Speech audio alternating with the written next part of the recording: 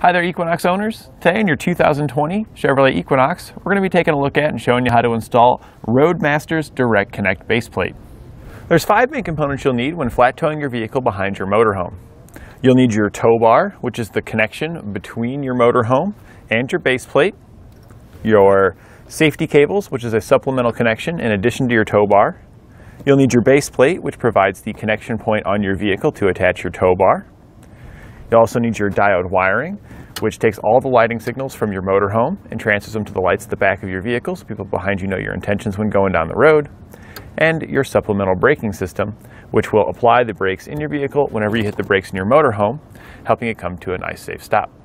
And this is what our base plate looks like when it's installed.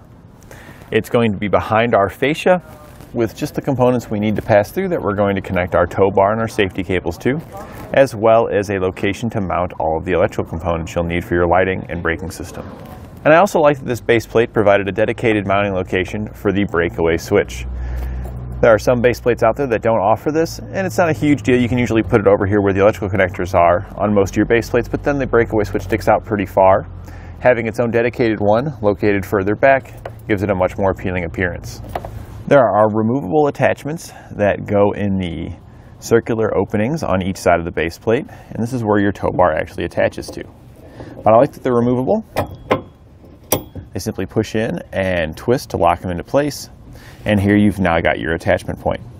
But being able to pull the pin and take it out when you're not flat towing drastically reduces how much our base plate's going to stick out. And it's actually tucked in, and the body of our vehicle sticks out further. The only thing that sticks out a little bit further than the body of the vehicle is the safety chain loops located on each side, as well as our electrical connector.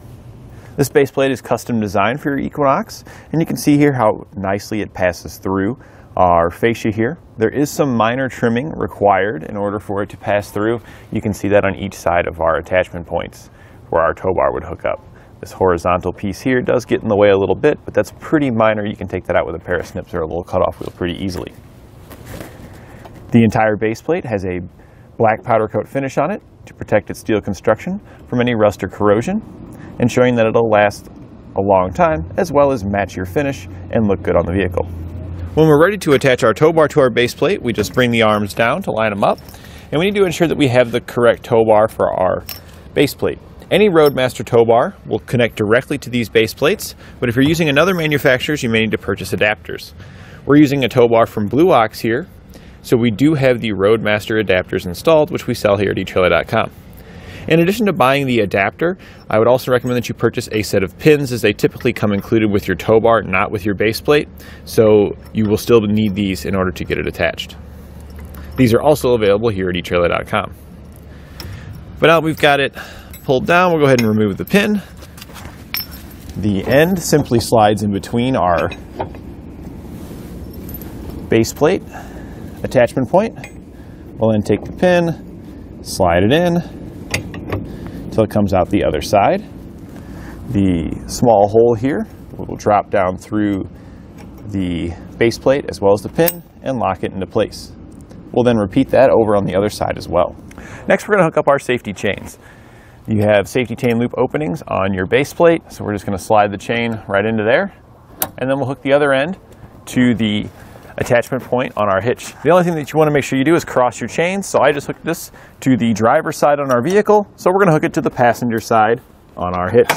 And then when we hook up our other safety cable, we're going to do it the same way, ensuring that we cross those chains. After your safety cables, just finish hooking up the rest of your components. Typically you got a breakaway cable and your wiring, and you may have other connections for your supplemental braking system or other accessories. Now that we've got everything hooked up though, we're ready to place our vehicle into tow mode and ready to hit the road. Now why don't you follow along with us, because we're going to be installing it on this vehicle here, and you can follow along step by step to see how to put it on your own. We'll begin our installation underneath the hood by removing all the bolts that run across the top of our fascia. There's 6 of them, and we'll use a T15 Torx socket to remove them.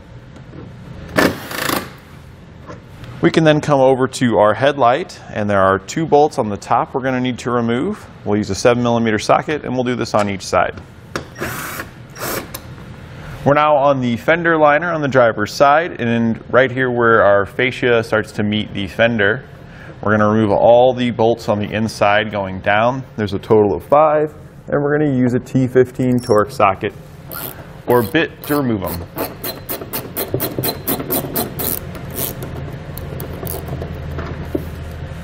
Once you've got all those removed, we can peel back the fender liner, and there's going to be one bolt on top right where the fascia meets the fender there, and we're going to take it out using a 10mm socket or wrench.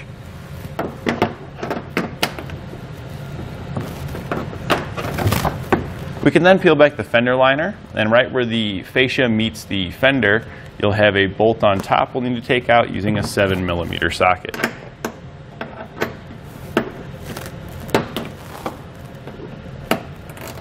Once we're done on this side, we're going to repeat the exact same process over on the other side's fender liner. We're now underneath the vehicle on the driver's side, and just in front of the wheel you'll have an air dam here with 4 bolts that we'll need to remove to get it off, and we're going to use our 7mm socket again. Once we get this side off, we're going to repeat the same process to take the one off on the other side.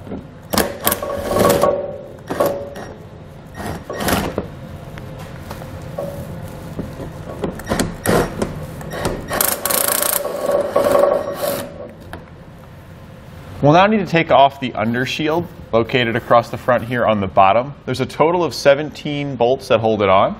There's 6 that go across the front and 11 that go across the back side of it. We're going to use our 7mm socket once again to remove all these bolts.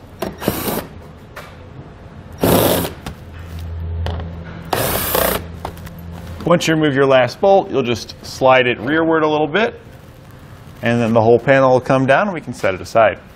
We can now start peeling back our fascia. Just work on one side and just start popping it out until you get it about to the center of the headlight there. Then we're going to go pop out the other side to about that point. Now that we've got each side popped out, we can come back to the center. We're just going to lift up on the center, and then we can gently pull it out a little bit. Now we are going to have some connectors we're going to need to disconnect. One of them's a small red connector that you see here. We'll press it on the release tab, and then we can just pull out on the connector. For the other one here, you'll have to pop back the Redlock tab first. Then you can press it on the release tab and disconnect the connector. Now we'll set our fascia aside where it won't get damaged, and it's out of our way. We can now take out the headlights on each side. There's 2 more bolts that are holding it in. There's one here on the outside, and there's one here towards the inside that you have to kind of go in underneath the headlight to access it. We'll use our 7mm socket to remove both of these. And then we can gently start sliding out our headlight assembly. Now we do need to disconnect the electrical connectors located on the back side. Sometimes this is easier if we take the headlight assembly out and flip it over. So here we have our connector. It's got another locking tab you have to push back first, and then we can press in on the release tab there to disconnect the connector. We'll then just set this aside. I'm just going to put it right here on top in our engine compartment. We're then going to take out the other headlight on the other side in the exact same way. We'll need to remove our washer bottle. So there are 2 hoses we want to disconnect that run to the washer bottle.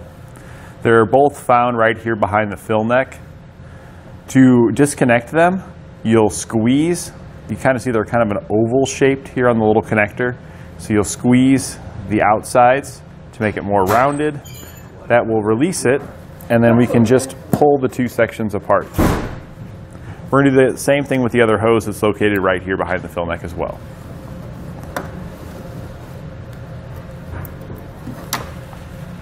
Down on our washer bottle now, we can disconnect all the electrical connectors that are going to it.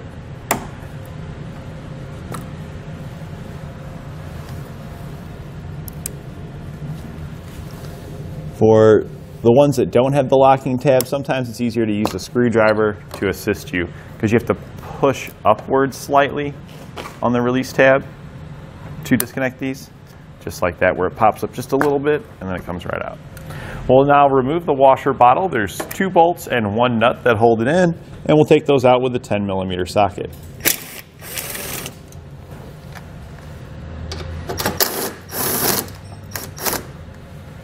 And then up back by our fill neck, we'll have 1 more bolt that we'll need to take out with our 10mm socket.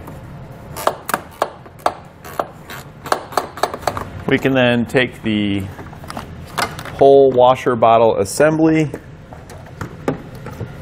and slide it out. And then we'll just set it aside where it won't get damaged. On the passenger side bumper beam, where it goes into the frame of the vehicle right here, you'll have a couple of ground wires that are attached to it. The ground wire that sits on top of the frame, we'll need to twist it sideways. So there's a 10mm nut on it we're going to loosen with our 10mm socket. We don't need to take it all the way off, we just need to loosen it. And then we can take the wire that is attaching it here on top, we're going to twist it to the side. To make it easier, you can also loosen the one that's on the side of the frame a little bit. And this will allow you to twist the other wire as well, just to get it out of the way. So we can get all these moved. And we're just moving these. If you look on top of the frame there, there's a hole in top of the frame. We're just moving them out of the way so we don't pinch the wires with our washers and nut when we're tightening everything down. Once you've got it moved out of the way of that holes, you can go ahead and just tighten those grounds back down. We'll now remove the subframe bolt located here at the bottom. We're on the passenger side. We're going to use a 21mm socket.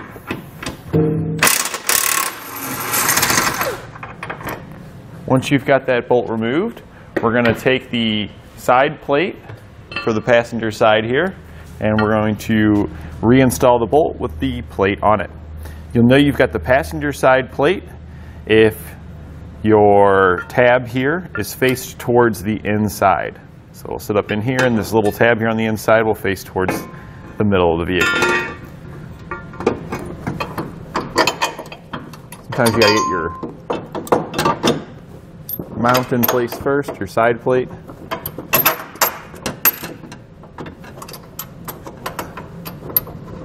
And then we're just going to loosely retighten it. We'll now take the longest bolts that come in our kit, and we're going to be putting red Loctite on it. And from this point forward, all of the bolts that come in our kit, we're going to be putting red Loctite on. Once you've got that on there, we're going to put a flat washer on it. And then it's going to slide up through the bottom of our side plate, through that opening hole. On top, we're going to place a spacer, followed by a flat washer, then one of the beveled washers that come in your kit, and we want the thicker side to be towards the inside of the vehicle. We'll then go up through the frame until we come out the top side. And here on the top side, we're going to place another one of the beveled washers with the large side facing towards the inside. And then we're going to finish that off with a flat washer, lock washer, and nut.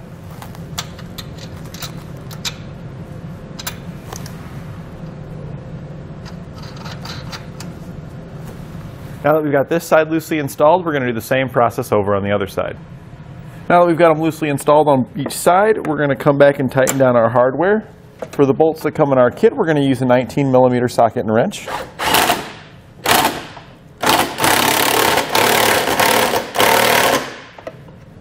And the 21mm for our subframe bolt.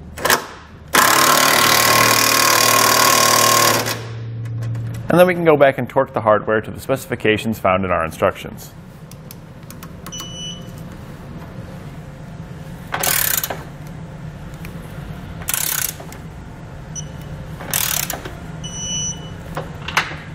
We can now use our side plate as a template, and we're going to drill out the 3 holes that line up with our frame, so the 2 at the top and the bottom here. And when you're drilling these out, you want to make sure you kind of angle towards the frame a little bit, because there's barely just enough of this metal to attach to, so we don't want to split the far bottom seam. We're going to use a 3/8 drill bit to drill these out.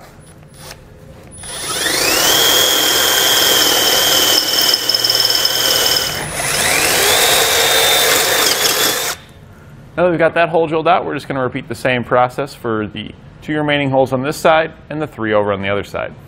We can now take the smaller bolts that come in our kit. We're going to put some Loctite on them, and then the holes that we had just drilled out, we're going to place the bolts through the hole and then follow that up on the other side with a lock washer and a nut. We're going to repeat this for the other 2 holes on this side and the 3 holes over on the other side. Now the section that's sticking out here in the front, we do need to trim this off for clearance. So right where the part where it starts to stick out, we're just going to go straight in and cut it and then straight down. It is a bit of a rubberized material, so certain cutters may have a little bit of a difficult time. It does become plastic all the way at the back. We're then going to do the same thing over on the other side. We can now take our cross section and put it between the 2 side plates. Then we'll take the bolt that comes in our kit, we're going to slide it through one of the holes, and we're going to do the same thing over on the other side, and that'll hold our center section up to make it easier to install the rest of our hardware. On the other side of our bolt, we're going to place a lock washer followed by a nut. We're then going to use the same hardware for the remaining 2 holes on each side.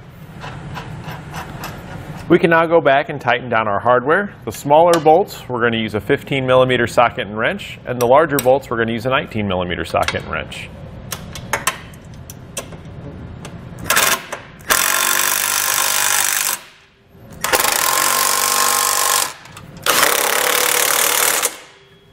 And then we can go back and torque all of our hardware to the specifications found in our instructions.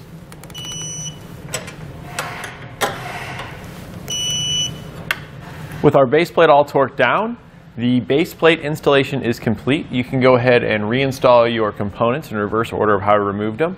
But I do recommend at this point to finish your entire flat toe setup if you are completing one.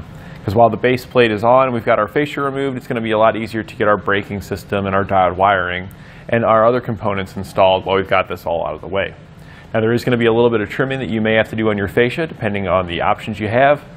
When we go back together, we'll go ahead and show you that at that time. You'll see all of our other flat toe components will be installed at that point because we're going to go ahead and take advantage of the fascia being off.